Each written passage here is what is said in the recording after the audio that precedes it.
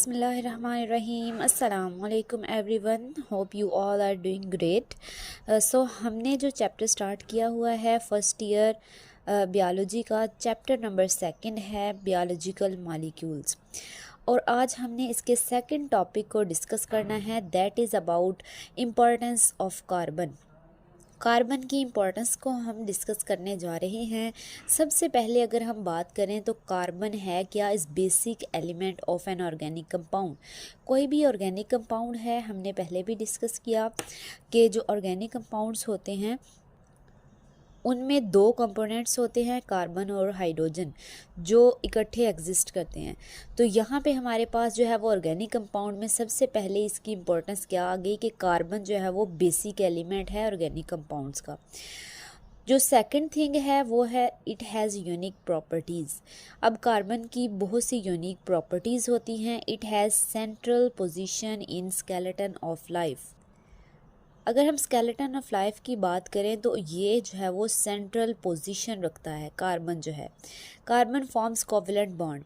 Carbon जो है वो कोवलेंट बॉन्ड बनाता है। कोवलेंट बॉन्ड को हमने पहले भी देखा है कि जो म्यूचुअल शेयरिंग से बनता है। जो किससे बनता है? Sharing of electron to complete electronic shells, यानी दो एलिमेंट्स आपस में क्या करते हैं, अपने इलेक्ट्रॉन्स को शेयर करते हैं ताकि वो अपने ऑक्टेट को, डुप्लेट को कंप्लीट कर सकें। तो म्यूचुअल शेयरिंग से बनने वाले बॉन्ड को क्या कहते हैं? Covalent bond. तो यहाँ पे हमारे पास जो कार्बन है वो दूसरे एटम्स के साथ, एलिमेंट्स के साथ किस तरीके से जुड़ती है? कोवेलेंट बॉन्ड के ज़रिए। It is tetravalent. अब जो कार्बन है वो टेट्रावेलेंट है। टेट्रा का मतलब होता है 4, वेलेंट यानी 4 बॉन्ड बना सकती है, form 4 bonds with other atoms. ये दूसरे एटम्स के साथ जो है वो 4 बॉन्ड्स बना सकती है। यहाँ पे हम कुछ स्ट्रक्चर देख रहे हैं, कार्बन जो है वो 4 बॉन्ड्स बना सकती है और टेट्राहेड्रॉन कहलाता है। Arrangement of 4 bonds symmetrically in tetrahedron, it gives stability to configuration। ये क्या देते हैं? स्टेबिलिटी देते हैं कॉन्फ़िगरेशन में। तो कार्बन क्या है? टेट्रावेलेंट है, टेट्राहेड्रॉन। अरेंजमेंट इसकी ऐसे है, जो तमाम हैं वो किस पे हैं? एक दूसरे से सिमेट्रिकल हैं और 90 डिग्री के एंगल पर हैं। उसके बाद एक और प्रॉपर्टी इसकी है कि इट फॉर्म्स डिफरेंट स्ट्रक्चर्स। ये मुख्तलिफ़ किस्म के स्ट्रक्चर बना सकती है। जैसा ये स्ट्रेट चेन नज़र आ रही है, हमें स्ट्रेट चेन भी बना सकती है, ब्रांच चेन भी बना सकती है, रिंग स्ट्रक्चर भी बना सकती है। तो कार्बन जो है वो डिफरेंट स्ट्रक्चर्स बना सकती है। It forms bond with carbon. Carbon का बॉन्ड किसके साथ? Hydrogen, oxygen, nitrogen, sulphur and phosphorus, ये इनके साथ जो है वो बॉन्ड बना सकती है। कार्बन का अगर बॉन्ड हो हाइड्रोजन के साथ तो इससे हम कहते हैं carbon hydrogen bond. Carbon hydrogen bond. तो ये हमारे पास क्या है? सोर्स ऑफ एनर्जी है, एनर्जी का एक ज़रिया है।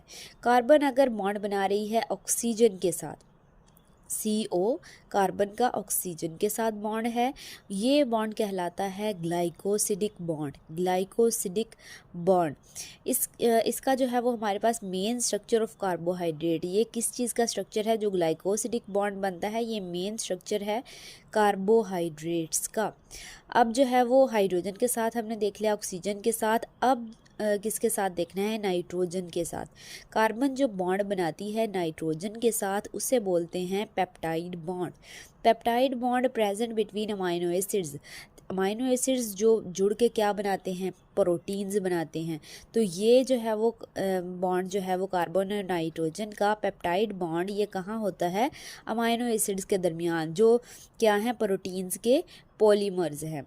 CS carbon sulphur sulphide, carbon sulphide bond present between proteins. अब हमने अमाइनो एसिड्स, पहले जो है वो अमाइनो एसिड्स होते हैं, तो दो अमाइनो एसिड्स के दरमियान कौन सा बॉन्ड है? पेप्टाइड बॉन्ड है। अब अमाइनो एसिड्स जो है वो प्रोटीन के पॉलीमर्स हैं। अमाइनो एसिड्स के मिलने से प्रोटीन्स बनती हैं। तो प्रोटीन के दरमियान अब जो है वो डिफरेंट अमाइनो एसिड्स आपस में जो है वो ऑर्गेनाइज होके पॉलीमर्स होते हैं जो प्रोटीन्स बनाते हैं। तो प्रोटीन के दरमियान जो है वो कार्बन सल्फाइड बॉन्ड प्रेजेंट होता है। CP पी एक रह गया है, हमारे पास फास्फोरस है। तो जब कार्बन पी के साथ बॉन्ड बनाता है फास्फोरस के साथ तो फास्फोडाइएस्टर बॉन्ड बनता है। फास्फोडाइएस्टर बॉन्ड ये कहाँ पे प्रेजेंट होता है? ये न्यूक्लिक एसिड में पाया जाता है। ये बॉन्ड फास्फोडाइएस्टर बॉन्ड कहाँ पाया जाता है? न्यूक्लिक एसिड में पाया जाता है।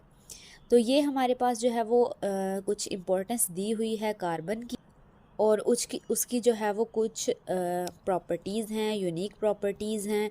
होप सो आप लोगों को क्लियर हो गया होगा। कोई भी क्वेश्चन हो तो आप कमेंट सेक्शन में पूछ सकते हैं। अल्लाह हाफिज़।